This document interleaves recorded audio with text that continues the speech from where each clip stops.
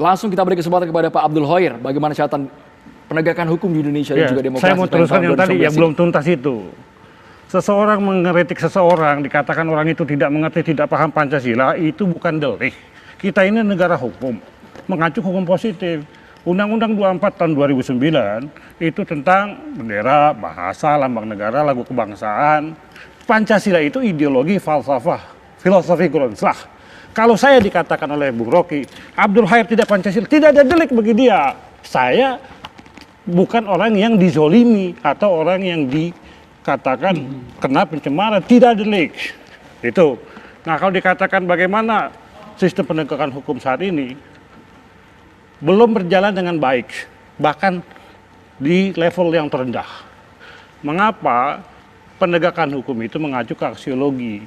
Aksiologi hukum kita itu kepastian hukum yang adil, kesamaan kedudukan di muka hukum. Itu tertulis secara jelas. Pasal 28 D ayat 1. Nah, sekarang itu tidak ada, belum berjalan. Begitupun demokrasi, hak asasi manusia, persekusi, kriminalisasi, itu demikian beragam. Contoh kasusnya yang paling mencolok apa, Pak Abdul? Meluas. Contoh kasus yang paling mencolok di tahun 2019 ini menurut Anda? Banyak pihak yang dianggap lawan politik atau yang terhubung dengan lawan politik atau yang mengkritisi kebijakan pemerintah itu dikriminalisasi. Contoh yang paling besar itu Habib Rizik. Dia mengatakan sesuatu dengan sistemnya, itu forum internum, bagian dari hak asasi manusia, kebebasan berpendapat yang diakui oleh HAM, yang diakui oleh undang-undang pelarangan terhadap diskriminasi ras etnis, dan diakui, dijamin oleh konstitusi, oleh hukum internasional. Tetapi Habib Rizik apa yang didapatkan ketika dia berlawanan pendapat? Diasingkan dengan pencengkalan terselubung. Ini jelas kebijakan pemerintah melanggengkan kekuasaan itu dengan pendekatan hukum. Hukum itu menjadi alat kekuasaan untuk menindas. Memang hukum itu membutuhkan kekuasaan. Tanpa ada kekuasaan ada langan-langan.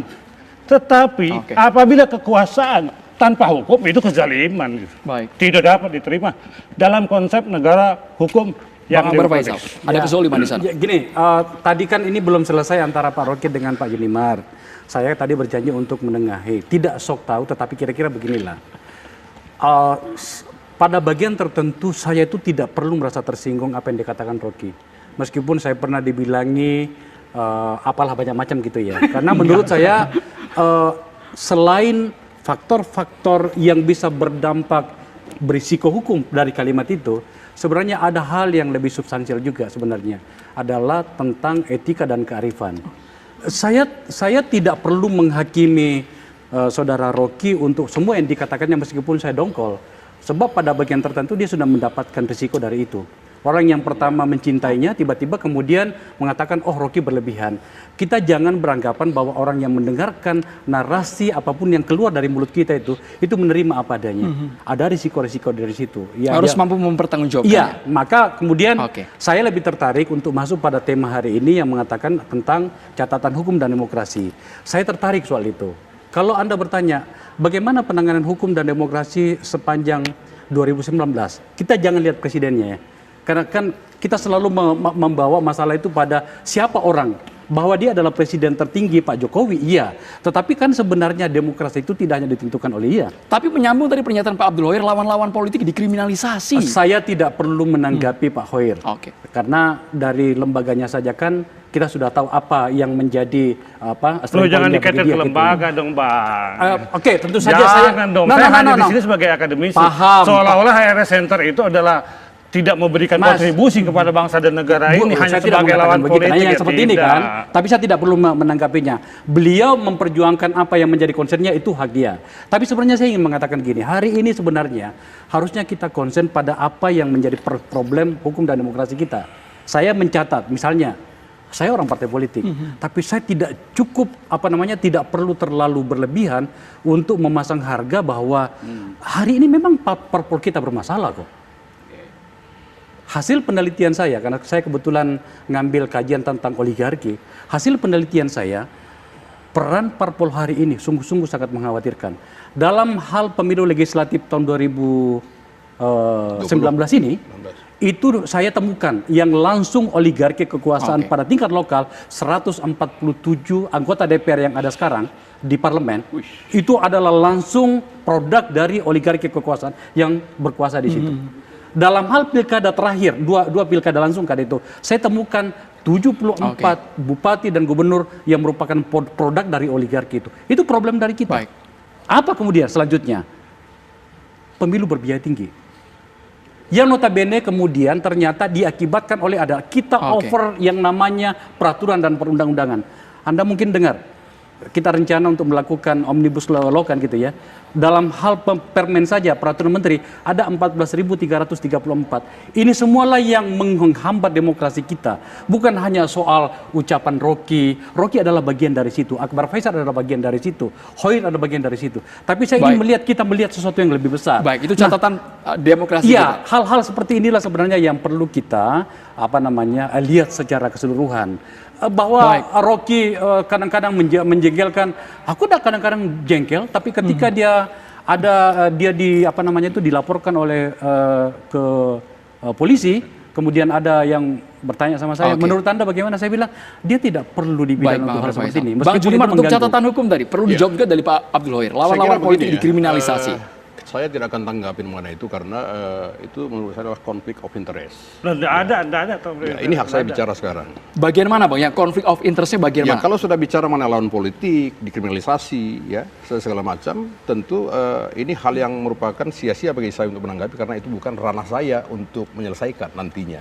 Silahkan digugat mengenai peradilan atau silahkan tempuh upaya hukum lain kalau memang merasa dijolimi atau merasa dikriminalisasi.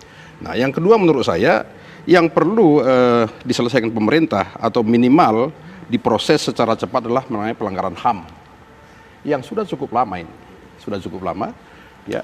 Dan tentu para korban menunggu bagaimana sikap pemerintah untuk menyelesaikan minimal memberikan keadilan kepada para korban ini. Nah, yang terjadi kepada Habib Rizik itu adalah pelanggaran HAM serius. Ya, kan, itu terjadi. HAM, negara harus bertanggung jawab. Negara itu pemegang tanggung jawab dan kewajiban. Duty holder. Habib Rizik itu adalah pemegang hak, right holder. Negara harus bertanggung jawab. Jangan diam seribu bahasa. Pak Hoir, kalau memang Bapak keberatan silahkan ajukan upaya hukum mengenai itu. Pemerintah yang ada jalur hukumnya. Melakukan itu, ya kalau merasa dijolimi, dia pemegang bisa kewajiban. Laporkan ke polisi. Kalau ditangkap ditahan bisa diperadilankan. Tetapi menurut saya sistem hukumnya pelanggaran beda, HAM berat bos. ini pelanggaran HAM berat, Pak. Bukan. Ini HAM berat. Tolong dibedakan, Pak. Pelanggaran HAM dengan pelanggaran HAM berat. Ini dibedakan, Pak. Saya ngerti seperti itu, korban Semanggi. Ya, kalau yang tadi mungkin Pak Hoir bicara pelanggaran HAM, bukan berat. Saya bicara berat, Pak. Ya, ini sudah lama, bahkan sudah lebih dari 10 tahun. Ya, pemerintah harus segera bersikap. Ya, minimal pemerintah harus melindungi para korban atau keluarga korban, ya, melalui misalnya ada undang-undang yang mungkin akan diselesaikan mengenai undang-undang KKR misalnya. Ini harus segera supaya masyarakat tidak merasa terombang-ambing dengan situasi yang ada selama ini. Yang kedua, yang harus dicatat, kalaupun nantinya undang-undang KKR berlaku, bukan menyampingkan proses judicial terhadap para pelanggar HAM. Namun posisinya perlu juga Bang Juniman, bahwa pemerintah tidak tebang pilih, tidak pilih-pilih kasus. Semua pelanggaran HAM, baik itu yang ringan maupun berat, semua masuk concern pemerintah. Itu semua termasuk kategori yang ditangani oleh pemerintah. Gini, pertanyaan ini sebenarnya agak berisiko ya. Untuk mengatakan bahwa pilih-pilih, kami sering mendengarkan itu. Saya di DPR itu sering sekali mendengarkan. Tapi sejujurnya, saya tidak pernah cukup mendapatkan pembuktian tentang yang namanya pilih-pilih itu ya. Kami katakanlah misalnya dalam hal kami menyikapi Polri, KPK dan Kejaksaan gitu ya. Kami sering mengatakan itu. Pilih-pilih kasih. Tetapi itu juga kemudian kami tidak terlalu yakin pada banyak poin. Kecuali yang bisa kami tunjukkan. Semua harus bisa ditunjukkan, harus dibuktikan. Harus bisa dibuktikan. Bahwa itu kita rasakan, iya benar. Kita tidak bisa menyembunyikan, kita punya hatilah. Kita bisa merasakan itu. Tetapi ada baiknya kalau kemudian kita sudah mulai menyandarkan segala sesuatu pernyataan kita, tindakan kita pada sebuah pembuktian. Maka kita meminta kepada Komnas HAM ya supaya segera menyikapi ini karena memang ini tugas utama Komnas HAM. Ya, berkoordinasi dengan Jaksa Agung. Bagaimana nih pelanggaran HAM berat dugaannya? Apakah berhenti di sini saja? Dan atau apa kerja Komnas HAM selama ini? ya mari kita kritisi Komnas HAM. Ya bukan hanya pemerintah saja yang kita kritisi, Komnas HAM juga perlu. Baik, Bang Junimat, Bang Akbar, Bang Rocky dan juga Bang Abdul Lahir, kita jeda. Sesaat lagi kita akan bahas lebih dalam. Kami akan tampilkan nanti ada data dari YLBHI mengenai pelanggaran HAM yang terjadi di Indonesia. Sesaat lagi pemirsa di Dua Sisi. Ya.